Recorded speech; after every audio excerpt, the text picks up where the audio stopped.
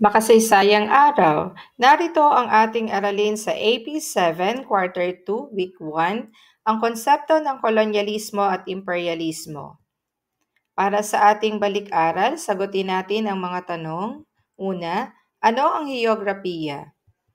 Ang heograpiya ay ang pag-aaral ng katangiang pisikal ng daigdig. Ikalawa, ano ang kahulugan ng likas na yaman? Tumutukoy ang mga likas na yaman sa mga yamang nagmumula sa kalikasan at maaaring makapanatili kahit walang gawing pagkilos ang tao. Ikatlo, ano ang tawag sa pangkat ng mga taong may magkakaparehong wika, kultura at etnisidad? Ito ay etnolinguistiko. Ikaapat, ilang subregion ang bumubuo sa Timog Silangang Asya? Binubuo ng dalawang subregion ang Timog Silangang Asya. Ito ay ang mainland Southeast Asia o pangkontinenteng Timog Silangang Asya at insular Southeast Asia o pangkapuluang Timog Silangang Asya.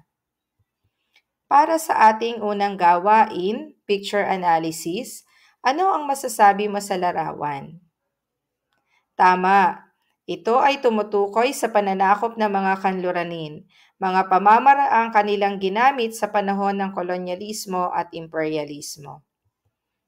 Ang ating kasanayang pampagkatuto ay naipaliliwanag ang konsepto ng kolonyalismo at imperialismo.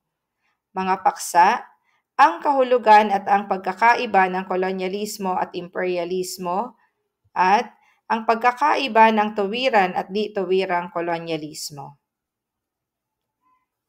Imperialismo.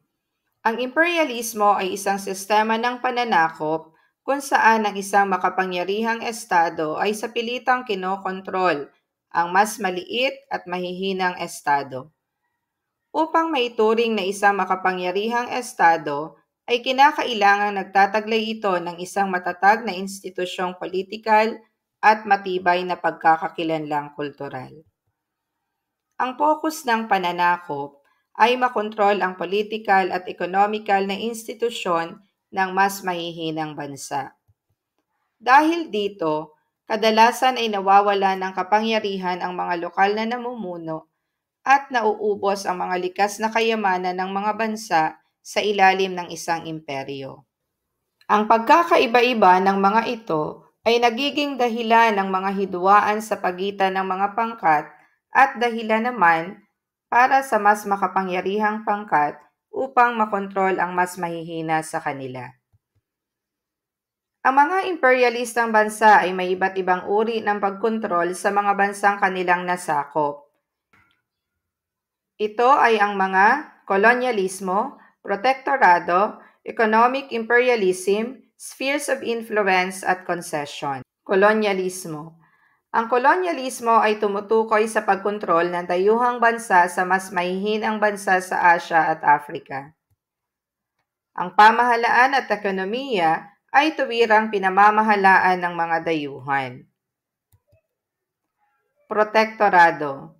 Protektorado naman kapag pinahihintulutan ang mga lokal o katutubong pinuno ng mas mahinang bansa na mamahala ngunit kontrolado ng mas malakas na bansa ang mga pinuno na kanilang binigyan ng kapangyarihan.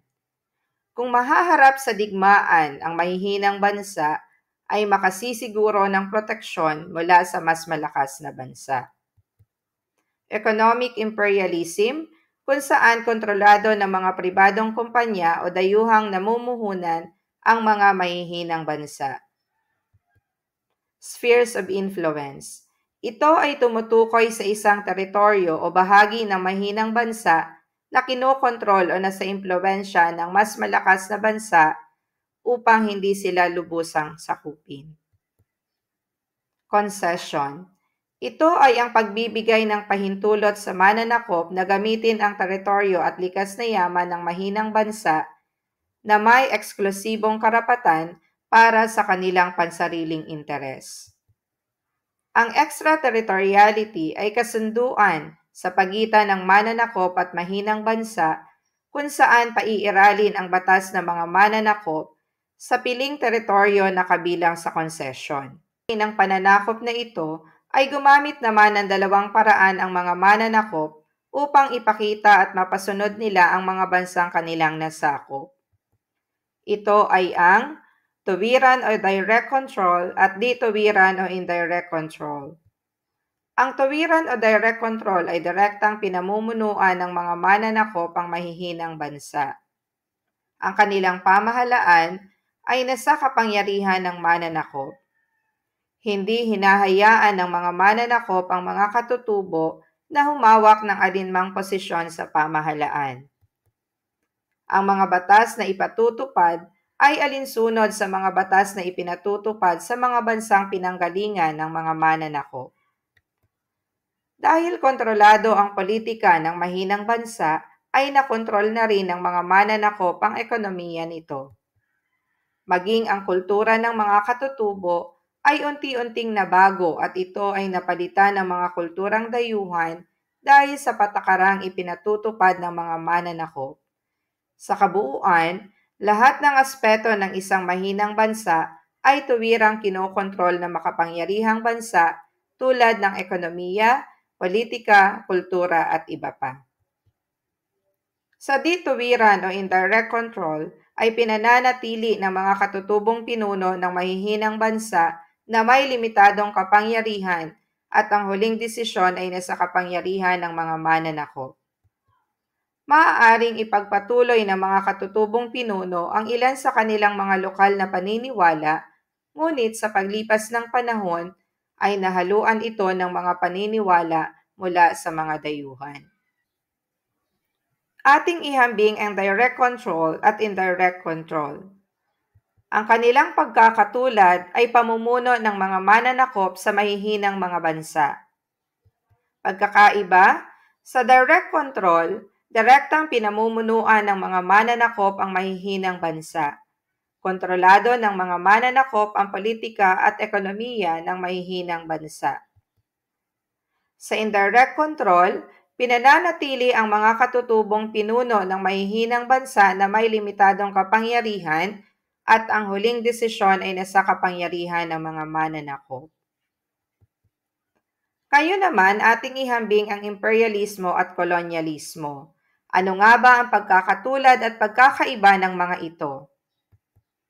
Ang pagkakatulad ng imperialismo at kolonyalismo ay pareho itong pananakop kung saan isinasailalim nila sa kanilang pamamahala ang mahinang bansa anuman ang kanilang layunin.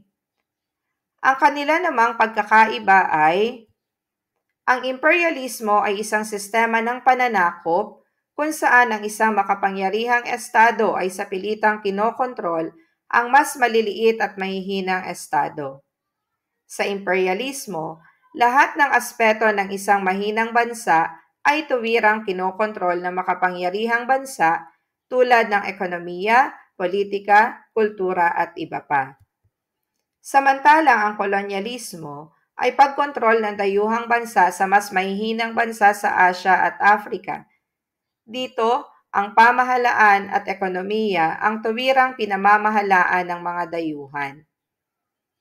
Anuman ang naging uri at mga pamamaraang ginamit ng mga mananakop sa mga bansa sa Asya, pangunahin na sa Timog Silangang Asya, ang lahat ng ito ay hindi nakabuti sa mga bansang Asyano. Sa halip, ito ay nagresulta ng maraming negatibong epekto. Malalaman natin sa susunod na linggo ang mga bansang nakaranas ng imperialismo at kolonyalismo na gumamit ng direct at indirect control sa kanilang pananakop. Para sa ating panghuling gawain, piliin sa kahon sa ibaba ang tinutukoy ng bawat pangungusap. Una, direktang pinamumunuan ng mga mananakop ang mahihinang bansa. Ang kanilang pamahalaan ay nasa kapangyarihan ng mananakop. Direct control. Ikalawa, isang sistema ng pananakop kung saan ang isang makapangyarihang estado ay sa pilitang kinokontrol ang mas maliliit at mahihinang estado. Imperialismo. Ikatlo, tumutukoy sa pagkontrol ng dayuhang bansa sa mas mahihinang bansa. Ang pamahalaan at ekonomiya ay tuwirang pinamamahalaan ng mga dayuhan. Kolonyalismo. Ika-4, pinahihintulutan ang mga lokal o katutubong pinuno ng mas mahinang bansa na mamahala. Ngunit, kontrolado ng mas malakas na bansa ang mga pinuno na kanilang binigyan ng kapangyarihan. Protektorado. Ika-5, tumutukoy sa isang teritoryo o bahagi ng mahinang bansa na kinokontrol o nasa impluwensya ng mas malakas na bansa upang hindi sila lubusang sakupin. Spheres of influence. Ngayon ay natapos na nating talakayin ang tungkol sa konsepto ng kolonyalismo at imperialismo. Muli, ang ating tinalakay ay ang konsepto ng kolonyalismo at imperialismo. Maraming salamat sa inyong pakikinig at laging tatandaan, mag-aral is fun sa Aral Pan.